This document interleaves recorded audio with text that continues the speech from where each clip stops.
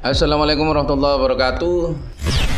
Halo sahabat temannya, dimanapun Anda berada, bagaimana kabarnya? Semoga sehat walafiat tentunya. Karena masih dalam suasana lebaran, tak lupa kami mengucapkan selamat Hari Raya Idul Fitri 1 Syawal 1442 Hijrah. Minal aidin wal faizin, mohon maaf lahir dan batin. Di video kali ini akan membahas mengenai alur cerita film Tom Clancy Without Remorse yang rilis tahun 2021 ini, yang menceritakan pasukan Navisil yang dikirim ke Syria untuk menyelamatkan Sandra, yang mana Sandra ini merupakan anggota intel yang bertugas di Syria. Sebelum lanjut ke alur ceritanya, jangan lupa untuk subscribe, like, comment, share, dan aktifkan tombol lonceng channel ini agar tidak ketinggalan video baru yang akan kami upload. Oke Sobat Joser, sebelum kita mulai jangan lupa rebahan, paskan posisi bantal. Ayo kita mulai dengan jos.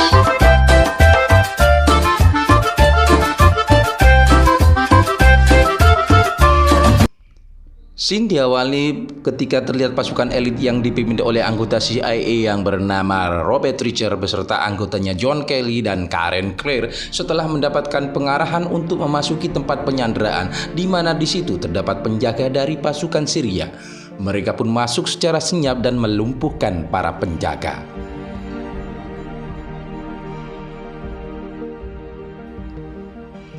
Setelah Sandra ditemukan, John Clancy memeriksa para pemberontak yang berhasil dilumpuhkan. Ternyata yang menyandera agen itu bukanlah pemberontak Suriah, melainkan orang-orang Rusia. John bertanya kepada Richer, tetapi Richer tidak memberikan jawaban yang jelas kepada John. Kemudian di saat mereka akan pergi dari situ, tiba-tiba datanglah pasukan Rusia yang menyerang mereka dengan RPG. Akhirnya salah satu dari mereka meninggal di tempat, dan Karen pun terjatuh di sebuah gudang rahasia di tempat penyimpanan senjata pasukan Rusia akibat ledakan RPG tersebut. Di situ mereka dikepung oleh pemberontak Syria yang dibantu oleh Rusia. John melaporkan bahwa ada anggotanya yang tertembak dan terjatuh di sebuah lubang kepada Richer, tetapi Richer memerintahkan John untuk mengabaikan mereka karena ada Sandra yang harus dievakuasi ke tempat titik jemput helikopter dan berkumpul di sana. Tetapi beruntung Karen masih bisa selamat. Beralih ke masa ketika sudah pensiun dari kesatuannya, tampak John sedang mengadakan pesta penyambutan kehamilan istrinya untuk anaknya yang pertama, dan dia sedang berbincang-bincang dengan temannya untuk pekerjaan yang akan dia jalaninya sebagai warga sipil. Di tempat lain, mantan pasukan elit kawan John dulu ditabrak oleh orang yang tidak dikenal sampai mati. Dan satu persatu kawan John ketika di kesatuan pasukan elit itu dibunuh oleh orang tak dikenal, yang mungkin itu dilakukan oleh organisasi atau orang yang pernah dirugikan oleh kesatuan John Kelly tersebut. Di satu saat tampak John sedang berada di ruang basement sambil berusaha tidur karena dia insomnia, sedangkan istrinya berada di dalam kamar. Dan tak lama kemudian tiba-tiba datanglah orang-orang bersenjata lengkap mengendap-endap mendatangi rumah John Kelly. Mereka pun mematikan gardu listrik yang mengaliri rumah John. Kemudian mereka memasuki rumah itu dan sampailah mereka di kamar tempat tidur istri John yang lagi hamil yang sedang tidur di situ. John pun curiga, langsung mengambil pistol dan beranjak pergi ke atas. Sedangkan di kamar tidur itu ketiga orang bertopeng itu langsung menembak ke arah kasur, di mana di situ ada istri John yang sedang hamil ditembak berulang-ulang. Setelah itu salah satu dari mereka ditembak oleh temannya sampai mati. Di saat itu pula John sudah sampai di depan kamarnya dan menembak orang itu satu persatu, tetapi perlawanan antara John dengan orang itu berjalan sangat sengit hingga ketika John tinggal berhadapan dengan salah seorang yang tersisa, mereka saling tembak dan sama-sama terkena tembakan peluru di tubuhnya masing-masing. Tetapi John dan orang itu sama-sama masih hidup hingga orang itu pun berhasil kabur dari rumah John. John pun sempat menghampiri kamar tidurnya untuk memastikan istrinya selamat, namun ternyata istri beserta bayinya telah meninggal.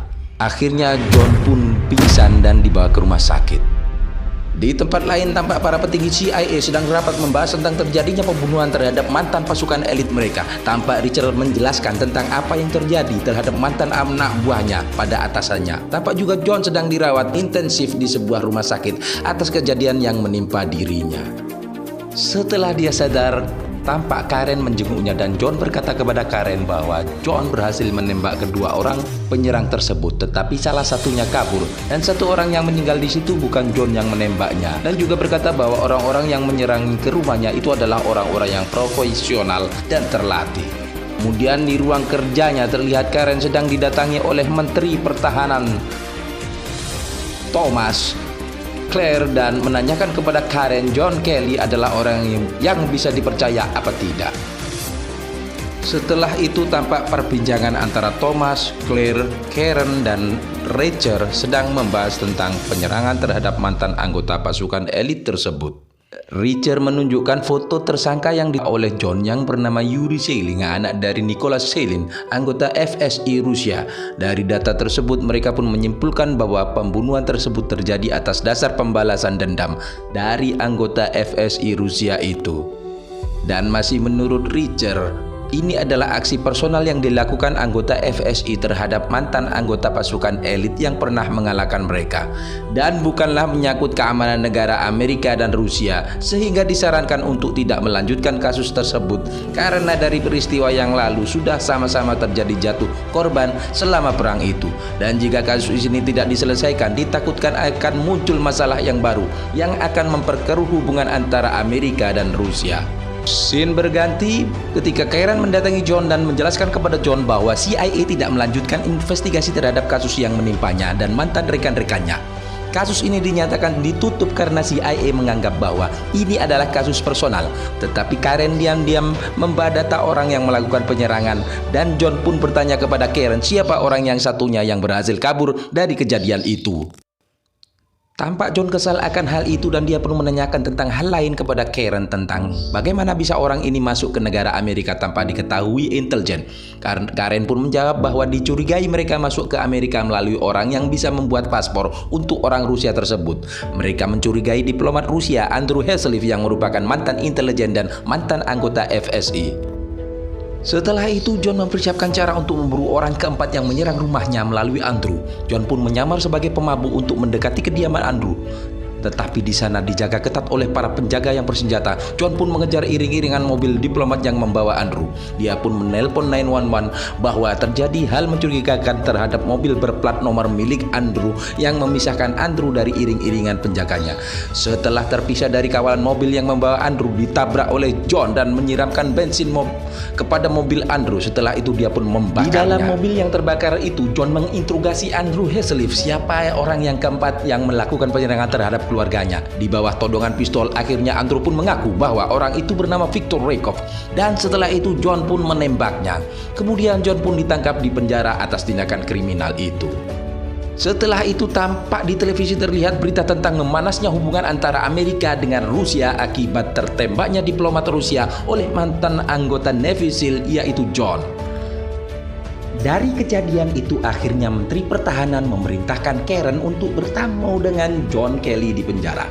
John mengatakan pada Karen akan memberikan informasi berharga jika dikeluarkan dari rencana pemindahannya ke penjara yang penuh mafia Rusia. Sebelum penjemputan oleh pihak CIA, John Kelly memberikan perlawanan terhadap sipir yang akan memindahkan dia ke penjara yang penuh dengan mafia Rusia itu. Akhirnya tibalah petugas yang diutus oleh Menteri Pertahanan ke penjara itu, dan akhirnya pun John dibawa kepada Menteri Pertahanan dan Direktur CIA, di mana mereka akan mengadakan rapat antara John dan Direktur CIA dan Menteri Pertahanan juga Richard. John memberikan nama Robert Rykov, seorang mata-mata Rusia yang berkebangsaan Amerika, target utama CIA yang belum ditangkap, di mana informasi dari Intel Viktor terlihat di Rusia baru-baru ini. Mengetahui hal itu, John pun mengajukan diri untuk ikut dalam misi penyergapan Viktor di Rusia, tetapi Menteri Pertahanan menjawab bahwa sudah dibentuk tim khusus untuk menangkap Viktor, dan Karen melarangnya ikut karena John masih dalam keadaan emosi atas pembunuhan istrinya. John pun terus memaksa untuk dimasukkan dalam tim penangkapan Victor tersebut, yang akhirnya Menteri Pertahanan pun memberikan izin kepada John untuk mengikuti misi itu. Tetapi setelah misi itu selesai, John diharuskan kembali ke penjara untuk mempertanggungjawabkan perbuatannya karena telah membunuh diplomat Rusia dan dikeluarkan dari kesatuan. Tampak tim itu sedang mempersiapkan alat-alat yang akan dibawa dalam misi itu di sebuah bandara kecil untuk terbang menuju ke Rusia menggunakan pesawat pribadi agar tidak menjadikan kecurigaan pemerintah Rusia. Tampak Richard menggunakan pesawat lain untuk menuju Rusia sehingga menimbulkan kecurigaan John terhadap Richard bahwa ada sesuatu yang dia sembunyikan. Akhirnya pesawat pun berangkat dan tim pun bersiap untuk melakukan penerjunan dari pesawat itu. Tiba-tiba datang pesawat militer Rusia yang memperingatkan pesawat itu, membuat tim itu untuk memberikan laporan terhadap militer Rusia, tetapi tidak digubris, sehingga misil pun datang ditembakkan oleh Rusia yang menghantam pesawat mereka. Akhirnya pesawat pun jatuh di lautan. Kru pesawat dan timnya berusaha untuk menyelamatkan diri. Di situ mereka tidak dibekali persenjataan untuk menjalani misi penangkapan Victor, tetapi mereka pun berusaha mengambil alat tempur yang ada di pesawat itu. John dan kru pun berhasil selamat sebelum pesawat itu meledak di lautan dan pergi menuju titik kumpul yang diberikan oleh Richard. John yang curiga beranggapan kepada timnya bahwa penembakan tersebut sudah diatur agar misi ini tidak berjalan lancar, yang dilakukan oleh orang dalam, dan orang yang paling dicurigai adalah Richard. Yang mana Richard tidak ikut dalam tim yang naik pesawat itu, sehingga John yakin bahwa Richard lah yang merencanakan penembakan tersebut kepada pesawatnya. Setelah itu tampak John dan teman setimnya yang selamat dari ledakan pesawat itu mendatangi Richard, dan kecurigaan mereka bertambah ketika melihat Richard bersama orang Rusia sedang membagi uang yang banyak di tempat itu. John pun langsung menginterogasi dan menjelaskan tentang apa maksud dari keberadaan uang itu. Akhirnya Richard pun mengungkapkan bahwa uang tersebut digunakan untuk kesepakatan dengan orang Rusia itu dalam menunjukkan posisi keberadaan Victor. Scene berpindah ketika sebuah ruangan pengintai di mana Victor terlihat jelas oleh John, sehingga John bisa dengan mudah untuk menembaknya. Tetapi John pun mengurungkan niatnya untuk bisa membalaskan dendam kematian keluarga dan teman-temannya. Sampai akhirnya operasi penangkapan dilakukan malam hari, dan John pun berada di posisi paling depan dalam penangkapan itu, sehingga ketika dia sudah sampai di pintu masuk ke tempat Victor, dia pun langsung masuk dan mengunci pintu itu, sehingga John bisa leluasa untuk menginterogasi Victor tanpa ada halangan dari teman satu timnya. Sampailah John di mana Victor berada, tetapi di situ Victor telah melekatkan bom di seluruh tubuhnya dengan menekan pemicu bom yang siap untuk diledakkan. Di situ Victor berkata kepada John bahwa dia adalah mantan anggota CIA yang merupakan anggota pasukan elit yang digunakan oleh pemerintah untuk misi-misi rahasia yang sama seperti dilakukan John sebelumnya. Dia pun mengatakan bahwa dia dipekerjakan oleh pejabat pemerintah yang ada dalam Washington DC. Setelah itu dia pun meledakkan dirinya menggunakan bom itu, sehingga meledaklah satu ruangan tersebut di gedung itu. Setelah itu seluruh tim segera meninggalkan tempat itu. Ketika akan pergi, mereka malah ditembaki oleh dua orang sniper di luar gedung. Akhirnya mereka menyadari bahwa penangkapan itu adalah misi bunuh diri yang dilakukan oleh seseorang yang berusaha memperkeruh hubungan antara Amerika dan Rusia. Terbukti ketika para sniper menembak polisi yang berada di situ. Dan ini menjelaskan bahwa adanya konspirasi dengan adanya pembunuhan terhadap orang Rusia di tanah Amerika dan juga pembunuhan orang Amerika di tanah Rusia yang akan menyebabkan permusuhan antara kedua negara terulang kembali, yang bertujuan untuk terjadinya peperangan antara kedua negara tersebut. Di situ John memutuskan untuk menaiki gedung tersebut untuk mengecoh polisi yang akan mengepung tempat itu untuk menyelamatkan teman-temannya yang berusaha melarikan diri dari tempat itu. Ketika John menembaki polisi dari atas gedung tersebut, teman-temannya sudah berhasil selamat. John terpojok di gedung itu sehingga dia kehabisan amunisi. John pun melompat menembus atap gedung tersebut. Ia pun terjatuh sampai ke lantai bawah, sehingga tas yang berisi bom yang dibawanya terjatuh ke lantai. Ketika dia berusaha mengambil tas itu, tiba-tiba datang seorang polisi yang menyerangnya. Akhirnya dia pun memutuskan untuk meledakkan bom tersebut untuk memberikan celah dia melarikan diri. Bom berhasil diledakkan dan yang mengakibatkan kematian beberapa polisi yang mengepungnya. Ada juga yang selamat keluar dari tempat itu. Bersamaan dengan itu ternyata John sudah berhasil keluar menggunakan pakaian polisi yang menyerangnya dan pergi menggunakan mobil ambulans tanpa dicurigai.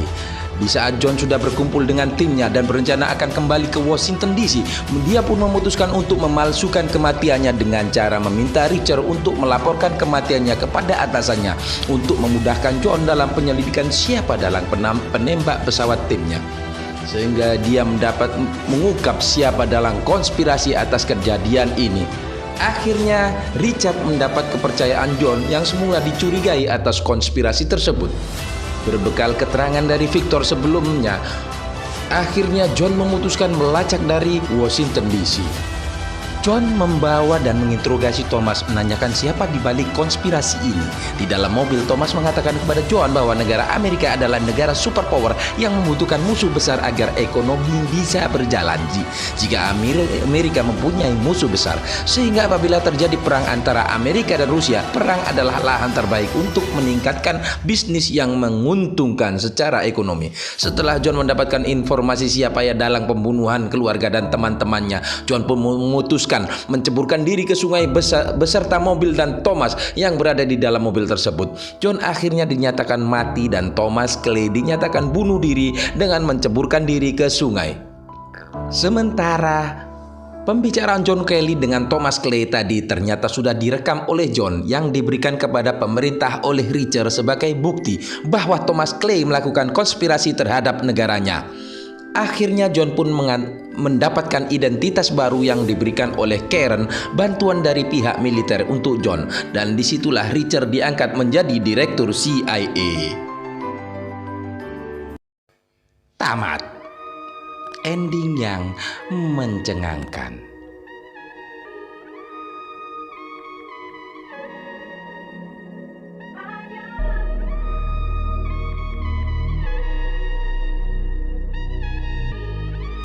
Oke Sobat Menjos, itulah seluruh alur cerita film Tom Clancy Without Remorse yang selesai kita rangkum kali ini.